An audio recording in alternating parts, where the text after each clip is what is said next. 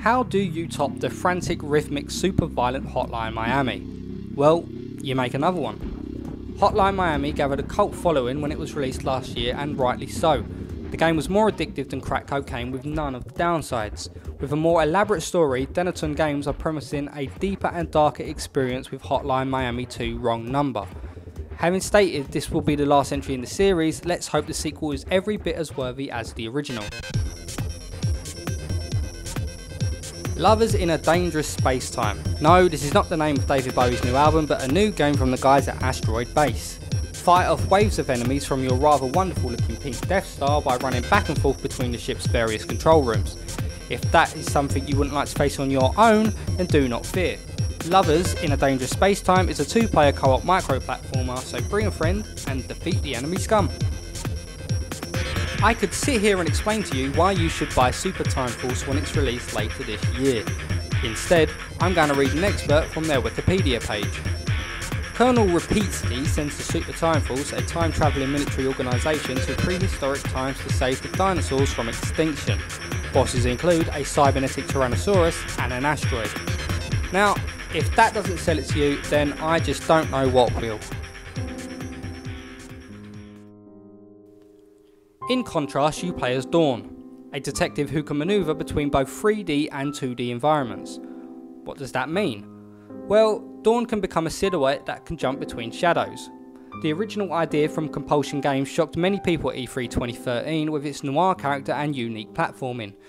Contrast is stated for release later this year and will be coming to the PlayStation 4.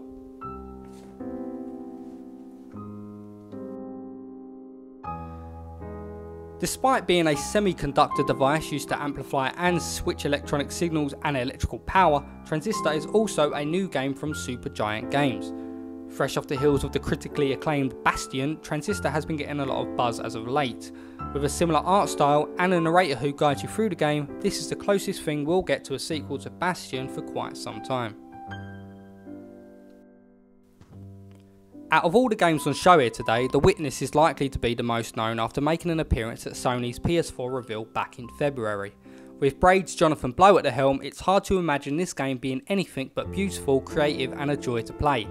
The Witness is stated for release early next year, but there is nothing to stop us getting all giddy with excitement already.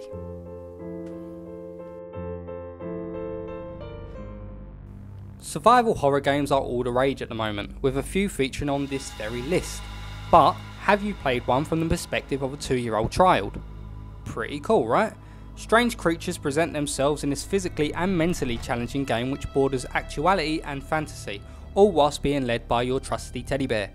With Oculus Rift support being a long-term goal for Krillbite Studios, this is definitely one to look out for.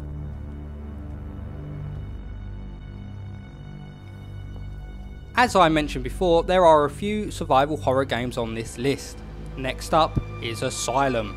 Taking place at Hanwell Mental Institute, you will be able to free roam and discover the true depths of crazy in this atmospheric nuthouse. Expect twists and turns along the way whilst being scared from a scale of "Ugh!" to "Holy shit, get me out, get me out!" If you've ever played Sonic the Hedgehog's Labyrinth Zone levels, then you'll understand how being underwater in a video game can be quite terrifying. Well, say hello to depth. As a deep sea thief, you'll have to battle sharks and other hungry opposition as you look to take home the gold. If that doesn't tickle your fancy, then how about being a shark? No? Full body dismemberment? No? Well, there's no hope for you, sorry. My eye a while back, and it's near the top of my fictional list for most anticipated games in the near future. Set on an abandoned moon base, you must uncover the secrets as to the disappearance of everyone around you. Of course, this wouldn't be a survival horror game without any survival horror. With strange robot things chasing you, the emphasis on run, hide and survive is high. With no HUD or health bars, expect to fully immerse yourself in the highly anticipated routine. Here is another take on the survival horror genre.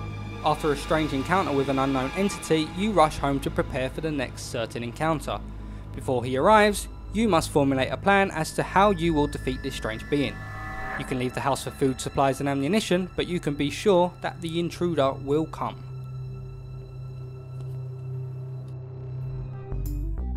If you follow Giant Bomb, then you'll know exactly what this game is all about. If you don't, Dive Kick is a game where you must dive kick your opponent to beat them, and you have to avoid your opponent's dive kick. That's pretty much Dive Kick. Calling Mew-Genics the strangest game you've ever made after working on Super Meat Boy should give us an indication of what to expect when the game hits the market. Mew-Genics is a cat simulation, but this isn't no Animal Cross Sims experience. Every cat is different, from the spunky and fit to the fat and diseased. They have their own personalities, which leads to fights or a potential mate. If you're looking for something a little out of the ordinary, then Mew-Genics may be the game for you.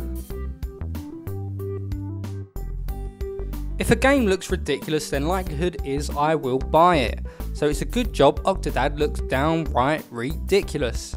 You play as an octopus living a secret life as a family man, trying to complete day-to-day human tasks.